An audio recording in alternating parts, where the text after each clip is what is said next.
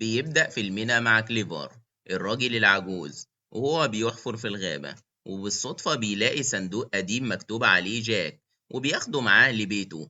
ولما بيفتحه هو ومراته بيلاقي دمية مهرج شكلها مخيف ومرعب، فبيسيبه وبيخرج، وبتفضل مراته وبتبص على الصندوق. وفجأة بتخرج ايد كبيرة فيها 3 مخالب وبتسحبها لجوه الصندوق. وبيدخل العجوز وبيشوف مراته والصندوق بيتقفل عليها، وما بيعرفش يفتحه أو حتى ينقذها.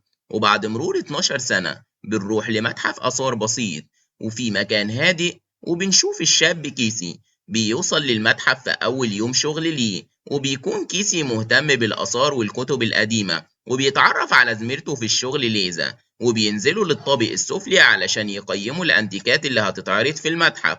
وبيشوف كيسي الصندوق، وهو صندوق قديم وشكله حلو، وبيحاول يفتحه لكن بيكون مقفول. ولما بيحرك لغز الحروف اللي على وش الصندوق بتتحرك الحروف ال4 وبتكون كلمة جاك، وبيظهر مقبض من جانب الصندوق. ولما بيلفه بيشتغل صوت موسيقى غريب جدا، وفجأة بيتفتح الصندوق وبتظهر دمية المهرج المخيف، وبيخاف كيسي وليزا. وبنشوف ليزا وهي بتكلم خبير الانتيكات ديفيد علشان يقيم الصندوق، وبيصور كيسي المهرج بالموبايل بتاعه. وبالليل بيقتحم 2 حرامية المتحف علشان يستولوا على الانتيكات اللي جواه، وبيشوف شاب منهم الصندوق وبيقرر ان هو يسرقه، لكن المهرج بيظهر وبيسحبه جوه الصندوق وبيقتله. ولما الحرامي التاني بيروح يشوف صاحبه علشان يمشي بيشوف المهرج واقف قدامه وهو كبير بجسم انسان، وبيحاول يهرب ويستخبى منه، ولكن بيلاقيه المهرج وبيقتله هو كمان. وبنشوف العداد اللي على الصندوق بيتحرك لرقم 2. والصبح بيوصل كيسي المتحف وبيشوف حاجات واقعة على الأرض،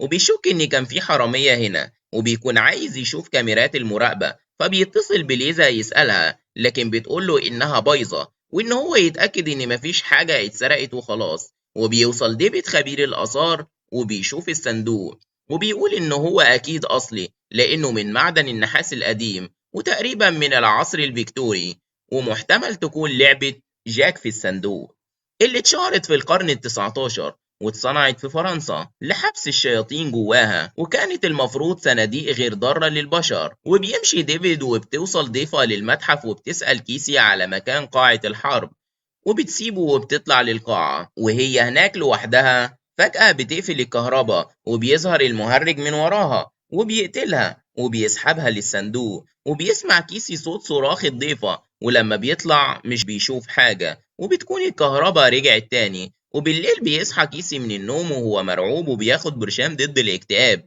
وبينام تاني. والصبح وكيسي وهو في طريقه للشغل بيشوف ورقة لأشخاص مفقودين، بيتعرف على الصورة وهي البنت اللي كانت في المتحف. ولما بيوصل للمتحف بيقعد قدام الصندوق، بيفتح النت وبيبحث عن أسطورة جاك في الصندوق، وبيلاقي أسطورة بتقول إن جاك شيطان ومحبوس جوه الصندوق، وانتحل شخصية مهرج علشان يرعب البشر. وكل مرة بيظهر فيها بيكون عايز 6 ضحايا يقتلهم، وبعد كده بيتقفل الصندوق للأبد لحد ما حد يفتحه تاني. وبيظهر جاك مرة تانية وبيلاحظ كيسي إن المهرج وشه اتحرك وبيبصله بعد ما كان بيبص للحيطة. وبتدخل عليه مديرته وبتطلب إن هو يطلع الصندوق للعرض في طابق الألعاب. وبالليل بيمشي الكل من المتحف، لكن بتفضل عاملة النظافة تنظف المتحف.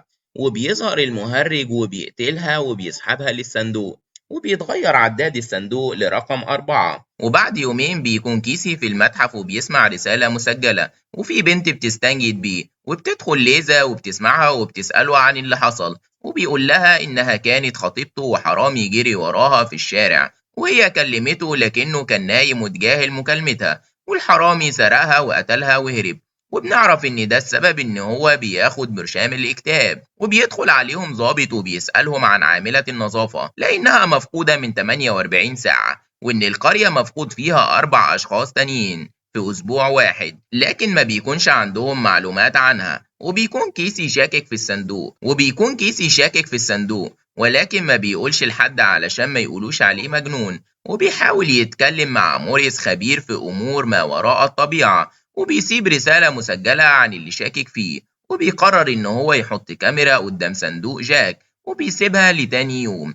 وبيتكلم مع شخص علشان يعرف عنوان موريس في مقابل إنه يديله فلوس، وبيقول له الشخص إن هو هيعرف في خلال يومين. وبالليل بيروح كيسي للمتحف، وبتكون الكهرباء قطعة، وبيشغل كشاف وبيطلع من الصندوق، وبيظهر فجأة قدامه المهرج، وهو بحجم جسم إنسان كامل وشكل مهرج مرعب، وبيضربه وبيسيبه وبيمشي. فبيفقد كيسي الوعي، والصبح بتوصل ليزا وبيخليها كيسي تشوف معاه تسجيل الكاميرا، لكنه بيقطع وبتفضل الشاشة لونها اسود. وبيحاول كيسي يقنعها ان اسطورة الشيطان في الصندوق حقيقة، وان هو شاف المهرج امبارح بالليل وهو اللي ضربه على دماغه وتسبب في اصابته في راسه. لكن ليزا بتكون مش مصدقة كلامه، وفاكرة ان هو لسه بيعاني بسبب موت خطيبته. وبيسيبها كيسي وبينزل لمخزن المتحف، وبيشوف مين اللي اتبرع بالصندوق، وبيكون شخص اسمه كليفر. وبيلاقي العنوان موجود، وبيتحرك على العنوان بسرعة، وبيروح لبيت كليفر، وبيكون نفس العجوز اللي طلع الصندوق من تحت الأرض في أول الفيلم. وبيظهر كليفر وبيرفض يتكلم مع كيسي، لكن كيسي بيقول له إن هو معاه الصندوق وشاف جاك نفسه وعايزه يساعده. بيدخله كليفر البيت، وبيحكي إن جاك قتل مراته وأخدها جوه الصندوق، والشرطة ما صدقتهوش، لكنه شاف بعينه ومراته بتتسحب جوه الصندوق وبيتقفل بعدها، وما عندهوش طريقة مساعدة لأن جاك محدش يقدر يوقفه. وبيمشي كيسي من البيت، وبيوصل بالليل للمتحف، وبياخد الصندوق للغابة وبيرميه وسط النار وبيمشي. لكنه لما بيرجع المتحف بيلاقيه تاني في المتحف، وبيخرج جاك وبيجري ورا كيسي وبيصرخ في وشه وبيضربه وبيرميه بعيد وبيمشي. وتاني يوم بتشوفه ليزا وبتفوقه وبتقوله يكلم المديرة بتاعته، وبتكون ليزا حكت لها عن الصندوق ومشاكل كيسي معاه. وبتقرر المديرة إنها ترفض تعين كيسي وبتمشيه من المتحف. وبينصح ليزا قبل ما يمشي إنها تبعد عن الصندوق تماما لحد ما يلاقي حل يقدر يوقف جاك بيه. وبيقرر يروح لبيت موريس بعد ما عرف العنوان بتاعه، وبيسافر لهناك وبيوصل لبيته وبيتكلم معاه عن الصندوق. وبيقول له موريس إن جاك شيطان بياخد شكل الإنسان، وهو ده الحل علشان يخلص منه. وفي المتحف بتكون المديرة لوحدها في المتحف وقت الغداء، وبيظهر جاك وبيقتلها، وبيتحول العداد لرقم 5، وبيقول له إن هو الوحيد اللي قادر على ده، لأن جاك مش هيقتله لأنه هو اللي فتح الصندوق. وبكده تكون أنت عملت صفقة مع الشيطان، لكنه ممكن يخوفه ويهدده علشان يهرب، لكنه مش هيقتله أبدا. والطريقة علشان خاطر يقتل جاك هو إنه يحط سكينة في قلب جاك وهو بيردد تعويذة قديمة، ولو في أي شيء يخص جاك بره الصندوق قبل ما يقتله التعويذة هتفشل تماما، وهيرجع جاك تاني يكمل الضحايا الستة. وبيمشي كيسي، وفي طريقه للمتحف بتكون ليزا جوه المتحف لوحدها، وبتشوف دم على الأرض فبتترعب وبتجري على الباب، لكن بيتقفل وما بتعرفش تفتحه. وبيظهر لها جاك من الصندوق بحجمه البشري المرعب، وبتجري وبتحاول تخرج من المتحف، لكنه بيمسكها جاك وبيطعنها بمخالبه. وفي الوقت ده بيوصل كيسي وبينادي على ليزا، وبيوصل له جاك وبيضربه وبيفقد كيسي الوعي تاني. وبيرجع جاك لليزا وبيسحبها للصندوق وهي عايشة. وبيفوق كيسي وبيدور عليها في المتحف، وبيوصل لها في اللحظة الأخيرة، وبيطعن جاك برمح في قلبه وهو بيقول التعويذة، وهي ارجع للصندوق يا جاك. وبنشوف جاك وهو بيتسحب للصندوق وبيتقفل عليه تاني. وبتدخل الشرطة وبتقبض على كيسي، وبتكون ليزا فقدت الوعي. وفي التحقيق بيحكي كيسي وليزا قصة جاك، لكن محدش بيكون مصدقهم، وبيعتبروا كيسي القاتل وهيتسجن لمدة 10 سنين.